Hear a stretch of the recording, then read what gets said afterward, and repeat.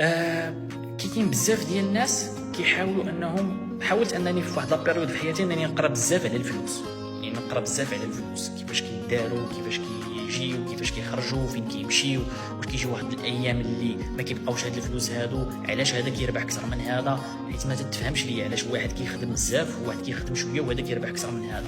ففين كاين الاشكال؟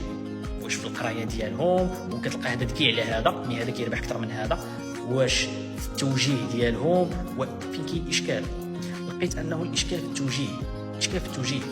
يعني اين باطو راكب انت، اوكي، حيتاش الا كنتي انت غادي لواحد الوجهه والاخر غادي لواحد الوجهه، وهاد الوجهه هذه فيها الرباح وهاد الوجهه اللي انت فيها مستقره واللي ما فيهاش كاع الرباح، فراه واخا تبقى انت غادي فيها بالمجهود ديالك كامل ما غدير والو، وهذا واخا يمشي غير بشويه راه غادي ياخذ. دونك الوجهه، داكشي علاش التوجيه مزيان انه يكون.